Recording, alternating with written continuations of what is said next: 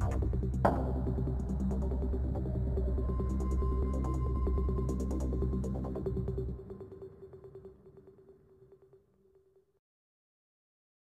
الله الرحمن الرحيم. اللهم إنا نسألك علما نافعا وعملا متقبلا وفتحا من عندك يا رب العالمين. اللهم صل وسلم وبارك على سيدنا محمد وعلى آله وصحبه أجمعين، صلاة تشرح بها صدورنا وتنير بها قلوبنا. أعزائي المشاهدين، السلام عليكم ورحمة الله وبركاته، ومرحبا بكم في هذا التقرير الجديد الذي نأخذكم فيه إلى أحد أكبر مشاريع البنية التحتية الرياضية في المملكة المغربية، مشروع إعادة تأهيل ملعب مولاي عبد الله بمدينة الرباط.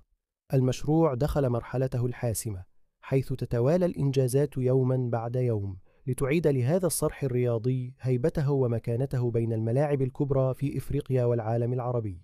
البداية من المدرجات، عمليات تركيب المقاعد الجديدة تسير بوتيرة متسارعة، واختيار اللون الأحمر لم يكن عشوائيا، إنه لون الشغف والانتماء، لون العلم المغربي، ورمز جماهير لا تهدأ ولا تستسلم. الكراسي الجديدة تم تصنيعها وفق مواصفات متقدمة من حيث الراحة والجودة، وتوزيعها داخل الملعب يراعي الرؤية المثالية من كل الزوايا. ثم ننتقل إلى الممرات الداخلية، أو ما يعرف بالدروج. هنا يظهر الطابع العصري في اختيار الألوان والمواد، حيث تم اعتماد لون رمادي أنيق يضفي توازنا بصريا ويعزز من تناسق التصميم العام للمدرجات. وبالطبع لا يمكن أن نغفل عن الشاشة الإلكترونية العملاقة، تم تثبيتها بدقة كبيرة، وتعد من أبرز الإضافات التكنولوجية داخل الملعب. وظيفتها لا تقتصر على عرض النتيجة أو الوقت، بل تستخدم لعرض الإعادات، الإعلانات، والإحصائيات، مما يحسن تجربة المتفرج ويقربه أكثر من مجريات المباريات. نصل الآن إلى أهم نقطة: أرضية الملعب. ربما تبدو الأمور بسيطة من النظرة الأولى، لكن الواقع مختلف تماما. تحت هذه الأرضية الخضراء توجد بنية تقنية متطورة تشمل نظام صرف المياه وطبقات عزل خاصة تحمي العشب وتطيل عمره الافتراضي. كل هذه التفاصيل تهدف إلى ضمان ملعب آمن صالح للعب في كل الظروف المناخية، ويلبي المعايير الدولية للمباريات الكبرى. الملفت في هذا المشروع هو التنسيق العالي بين الفرق العاملة، تركيب الكراسي في المدرجات، وتجهيز الأرضية، وتثبيت الشاشات. كل ذلك يتم في وقت واحد وبانسيابية تامة، مما يدل على أن هناك إدارة فعالة تشرف على أدق التفاصيل دون تضييع للوقت أو الموارد.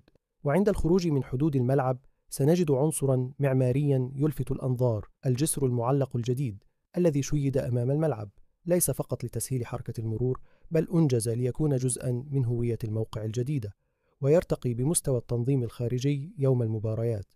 ما يمكن استخلاصه من هذا كله هو أن المغرب لا يشتغل على ملعب فقط، بل يعد العدة لمستقبل رياضي كبير.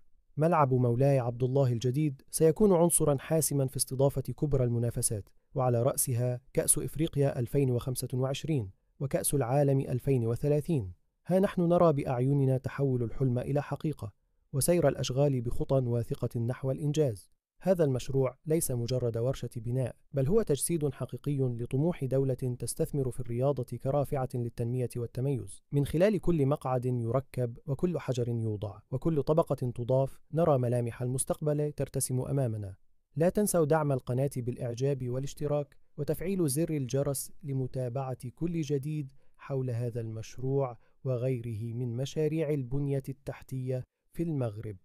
إلى أن نلتقي مجددا، دمتم في حفظ الله ورعايته، والسلام عليكم ورحمة الله وبركاته.